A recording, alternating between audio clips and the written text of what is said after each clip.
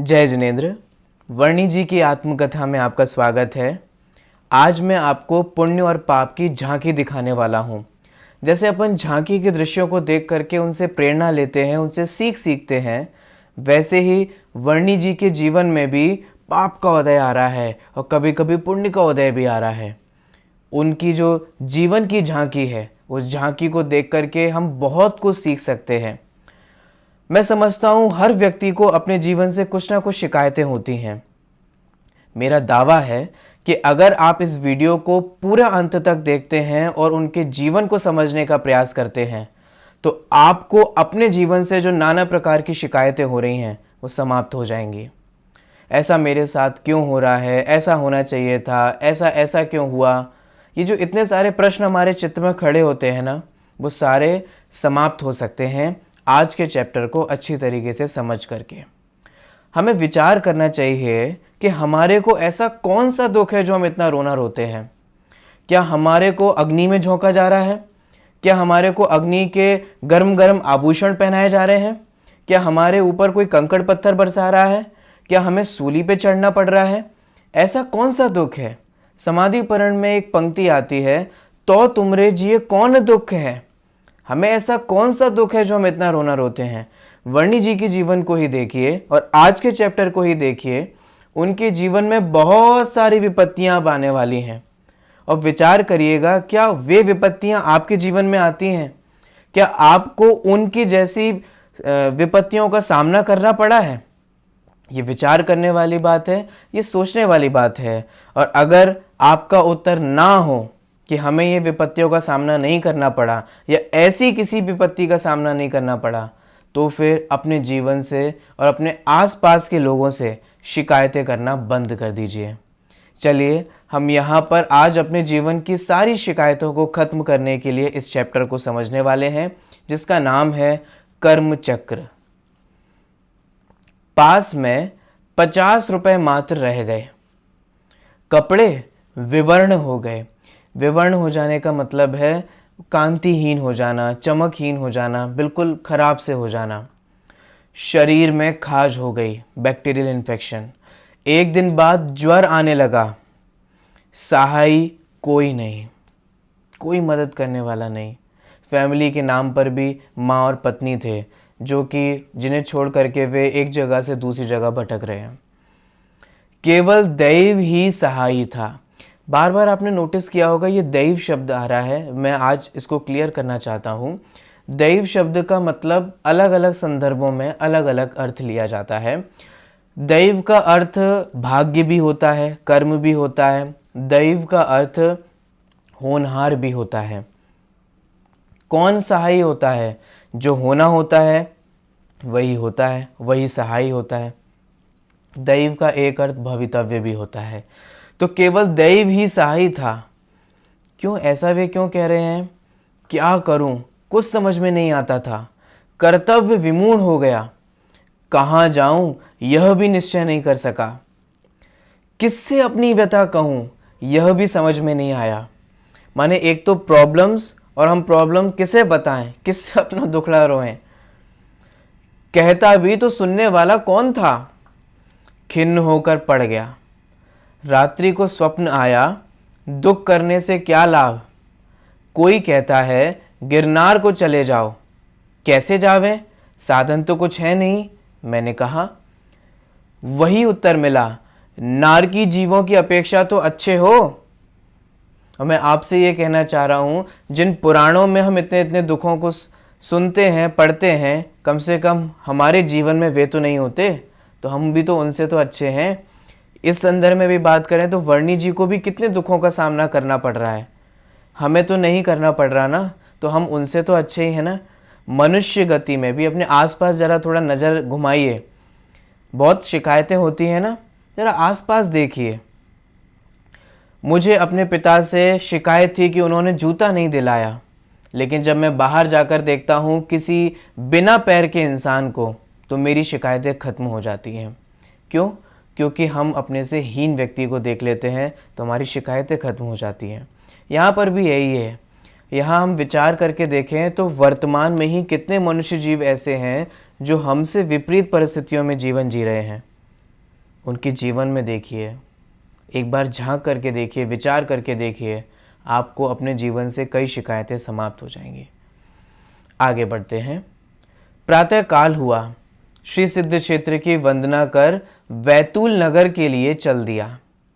3 कोस चलकर एक हाट मिली, वहां एक स्थान पर पत्ते का जुआ हो रहा था। ठीक है, कार्ड्स खेले जा रहे थे, जुआ हो रहा था। 1 के 5 मिलते थे। हमने विचार किया चलो 5 लगा दो, 25 मिल जावेंगे। फिर आनंद से रेल में बैठकर श्री गिरनार की यात्रा सहज में हो जावेगी इत्यादि। 1 में 5 मिलेंगे, इस लोभ से 3 लगा दिए। पत्ता हमारा नहीं आया, 3 चले गए। 3 चले गए यानी 3 रुपए चले गए। अब बचे 2 रुपया। सो विचार किया कि अब गलती ना करो, अन्यथा आपत्ति में फंस जाओगे। मन को संतोष कर वहां से चल दिया।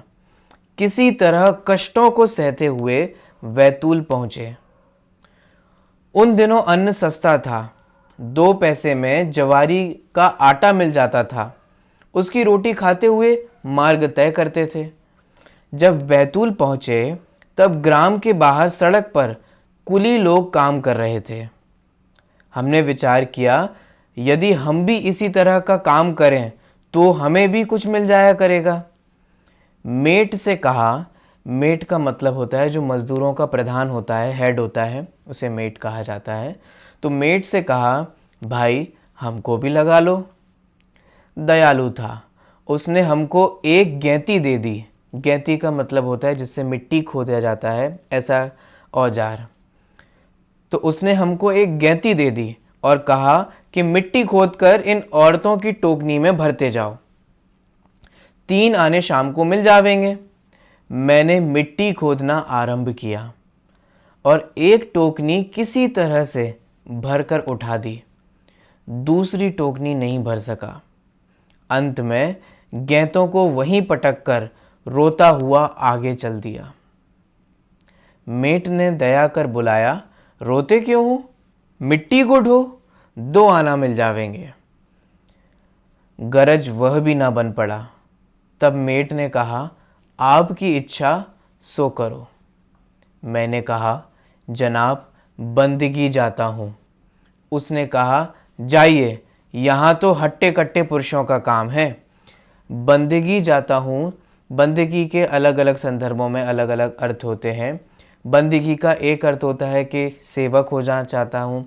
बंदगी का दूसरा अर्थ होता है कि ईश्वर की आराधना चाहता हूँ। तो यहाँ ईश्वर की आराधना, ईश्वर के मार्ग पर अग्रसर होने की उनकी तीव्र भावना थी और वे वही कर पा रहे थे।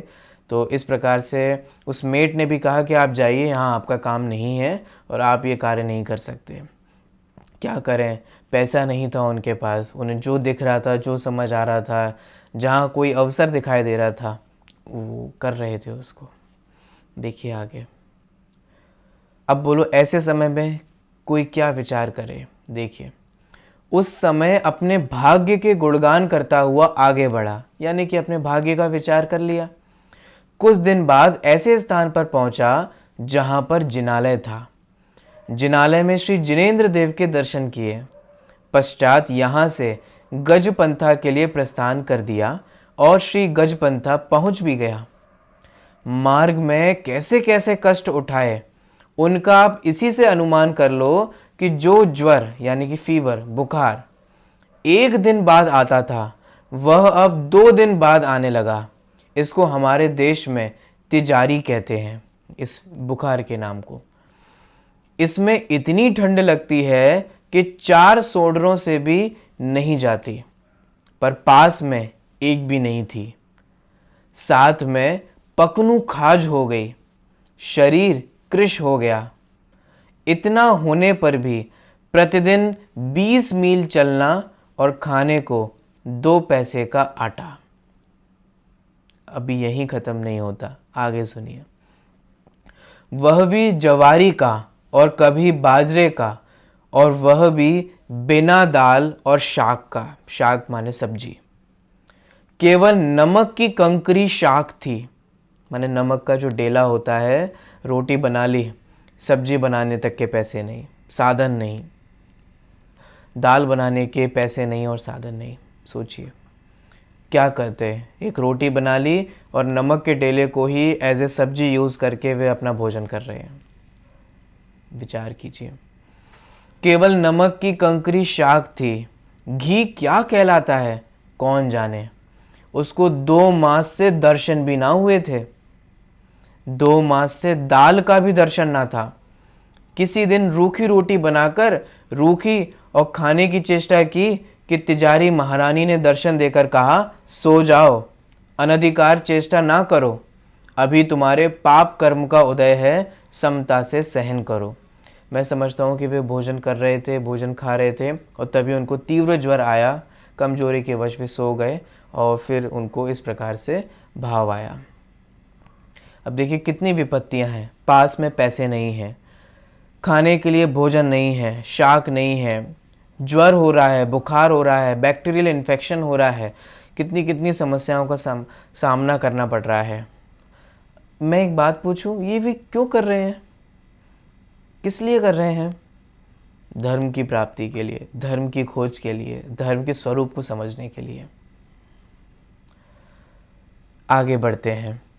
पाप के उदय की पराकाष्ठा का उदय यदि देखा तो मैंने देखा। एक दिन की बात है, सघन जंगल में, सघन यानी कि जो घनघोर बहुत डेंसिटी वाला जो जंगल होता है जहाँ बहुत पशु पक्षी रहते हैं, वह सघन जंगल में जहाँ पर मनुष्यों का संचार ना था, एक छायादार वृक्ष के नीचे बैठ गया, वहीं बाजरे की चून की लिट्टी लगाई, खाकर सो गया। निद्रा भंग हुई, चलने को उद्यमी हुआ, यानी कि चलने लगे। इतने में भयंकर ज्वर आ गया, बेहोश पड़ गया। रात्रि के 9 बजे होश आया। सोचिए सारी चीजें ये अकेले फेस कर रहे हैं। भयानक वन में था, सुध बुध भूल गया, रात्रि भर भयभीत अवस्था में रहा। किसी तरह प्रातः काल हुआ, श्री भगवान का स्मरण कर मार्ग में अनेक कष्टों की अनुभूति करता हुआ श्री गजपंथा जी में पहुंच गया और आनंद से धर्मशाला में ठहर गया। अगर आपको इस जाति की विपत्ति का सामना करना पड़े तो बताइए कि आपकी क्या दशा हो। अगर आपको ये इमेजिन करना हो ना कि क्या होता है, कभी एक रात घनघोर जंगल में बिताइए, तब आपको समझ में आ जाएगा। सिर्फ एक रात घनघोर जंगल में बिताने से हमारी ये हालत हो जाएगी। और यहाँ तो सिर्फ अकेले जंगल में ही रात नहीं बिताई, और भी नाना प्रकार की विपत्तियाँ हैं और वे सामना कर रहे हैं। चलिए आगे बढ़ते हैं। अब वे धर्मशाला आ गए। देखिए धर्मशाला से क्या होता है। अगली हेडिंग है गजपंथा से बम्बई। यहीं पर एक आरवी के सेठ ठहरे थे। प्रातःकाल उनके साथ पर्वत की वंदना को चला गया। आनंद से यात्रा समाप्त हुई। धर्म की चर्चा भी अच्छी तरह से हुई। आपने कहा कहाँ जाओगे? मैंने कहा श्री गिरनार जी की यात्रा को जाऊंगा। कैसे जाओगे? पैदल जाऊंगा। उन्होंने मेरे शरीर की अवस्था देखकर बहुत ही दया भाव से कहा, तुम्हारा शरीर इस योग्य नहीं। मैंने कहा शरीर तो नश्वर है, एक दिन जावेगा ही, कुछ धर्म का कार्य इससे लिया जावे। वह हंस पड़े और बोले, अभी बालक हो, शरीर माध्यम खलु धर्म साधनम। शरीर धर्म साधन का आद्य कारण है, अतः इसको धर्म साधन के लिए सुरक्षित रखना चाहिए। मैंने कहा रखने से क्या होता है? भावना हो तब तो यह बाह्य कारण हो सकता है, इसके बिना यह किस काम का?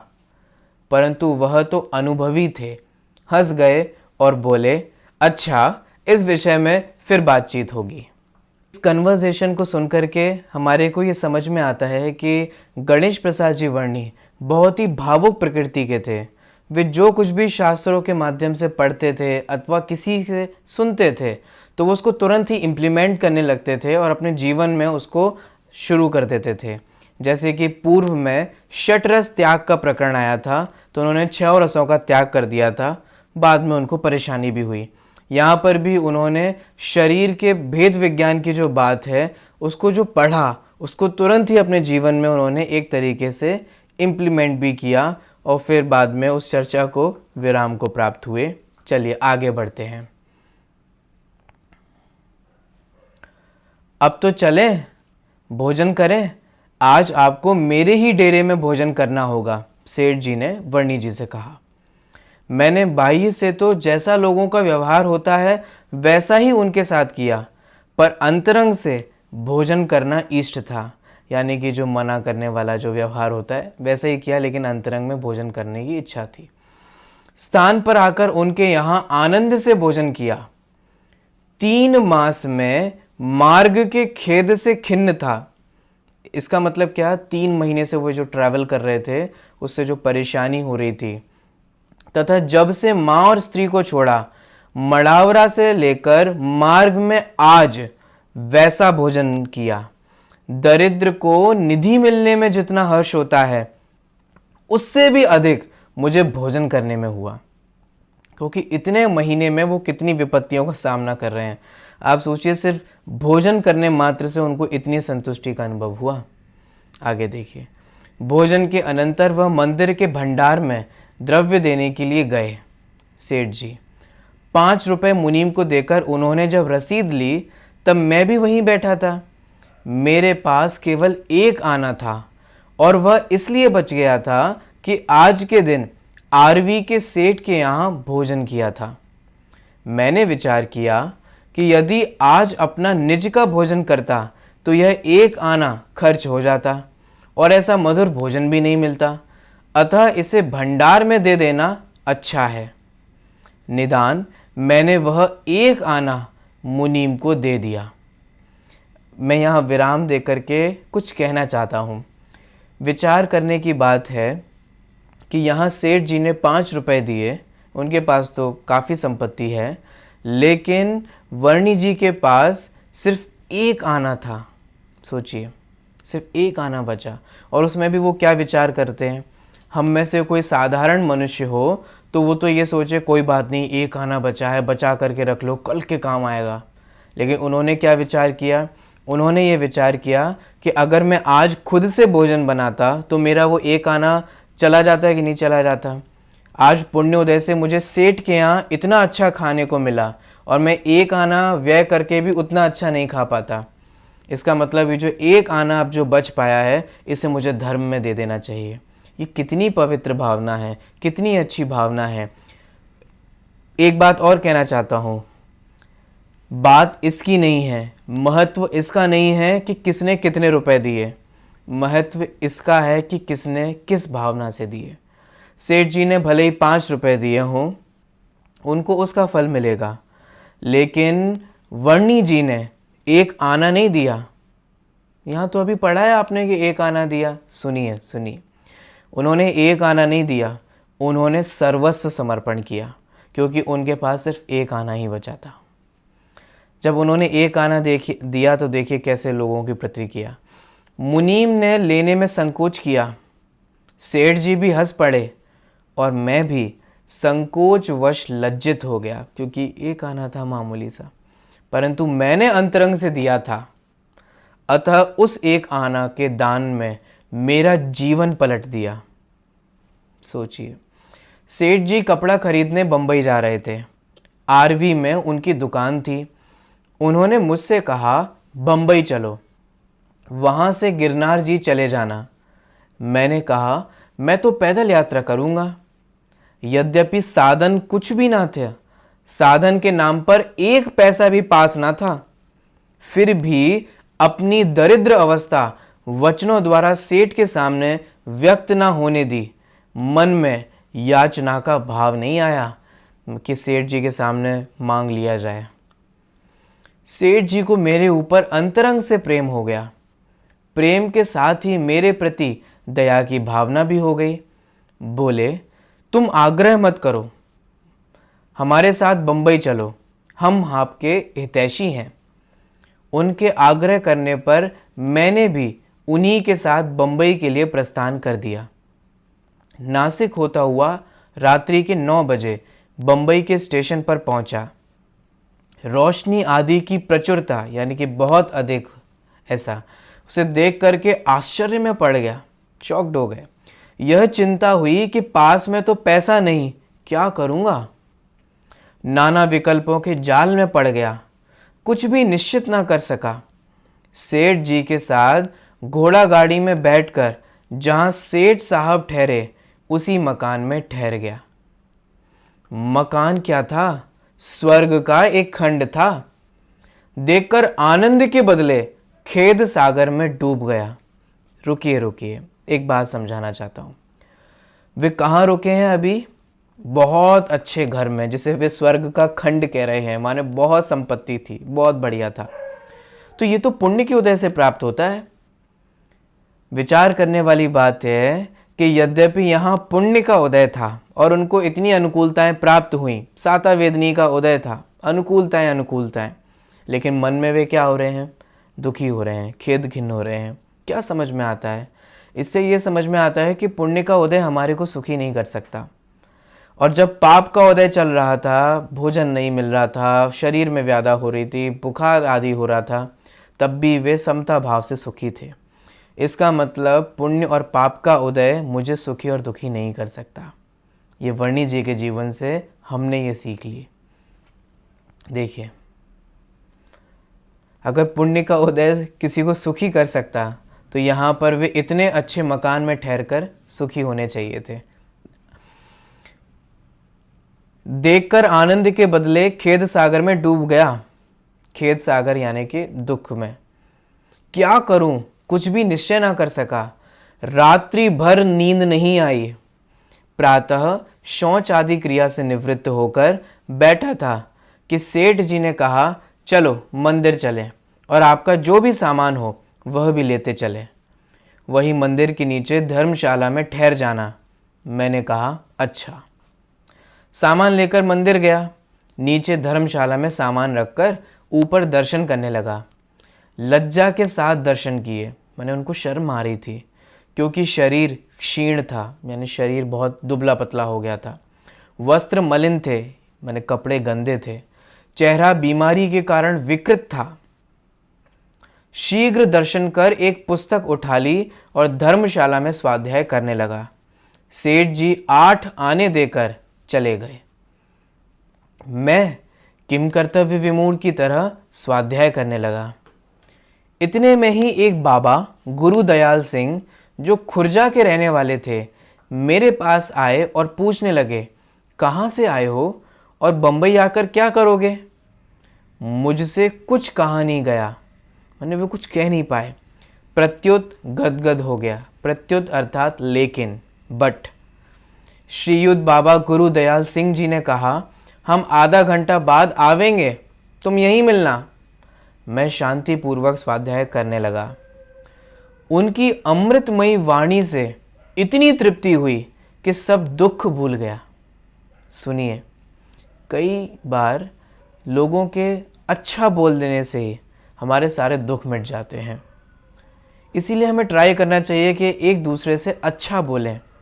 हो सकता है कि सामने वाले का दुख आपके प्यार के वचनों से ही सही हो जाए। क्या लगता है? सोचिए, क्या लगता है? जो बात हम बुरी तरीके से बोलते हैं, उसी बात को अच्छे से बोलने में क्या चला जाता है हमारा? कुछ नहीं जाता। लेकिन हमारे सिर्फ अच्छे बोलने से सामने वाले को शांति और संतुष्टि का अनुभव होता है। अच्छे वचनों का दान भी देना चाहिए। जैसे पैसों का दान होता है ना, वैसे अच्छे वचनों का दान भी होता है। ऐसे मिष्ट वचनों का दान भी हमारे को करना चाहिए। उनकी वाणी को सुन करके वर्णी जी के सारे दुख दूर हो गए, सब भूल गए। आधा घंटे के बाद बाबा जी आ गए और 2 धोती, 2 जोड़े दुपट्टे, रसोई के सब बर्तन, 8 दिन का भोजन का सामान, सिगड़ी, कोयला तथा 10 रुपया नगद देकर बोले, आनंद से भोजन बनाओ, कोई चिंता ना करना, हम तुम्हारी सब तरह से रक्षा करेंगे। देखिए विचित्रता। अब देखिए क्या कहते हैं। अशुभ कर्म के विपाक, विपाक माने उदय, अशुभ कर्म के विपाक में मनुष्य को अनेक विपत्तियों का सामना करना पड़ता है, जैसे कि उन्होंने अभी पिछले चैप्टर में किया।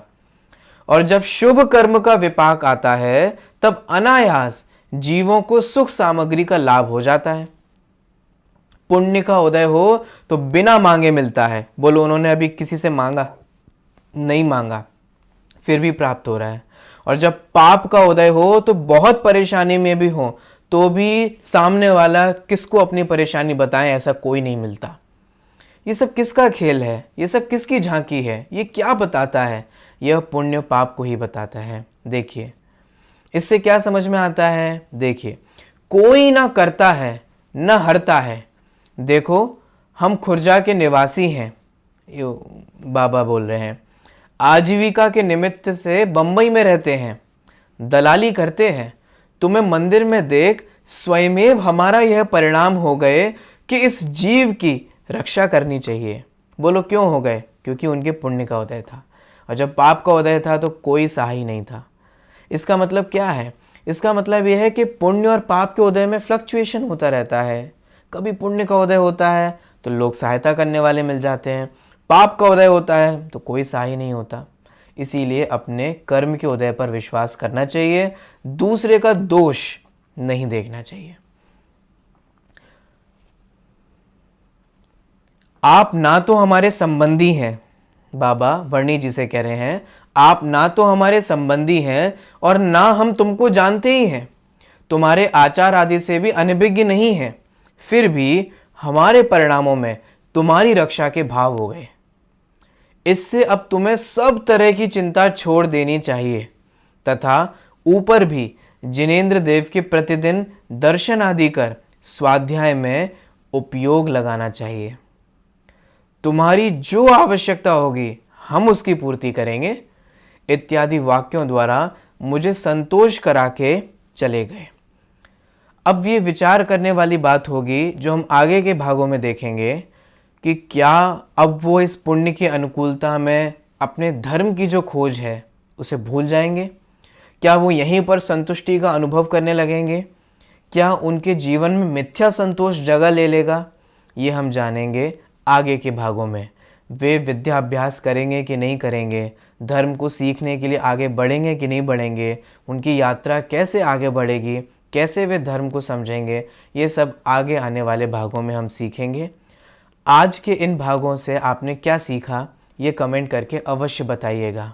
अभी मैं आपसे विदा लेता हूँ, तब तक के लिए आपको मेरा सादर जय जिनेंद्र।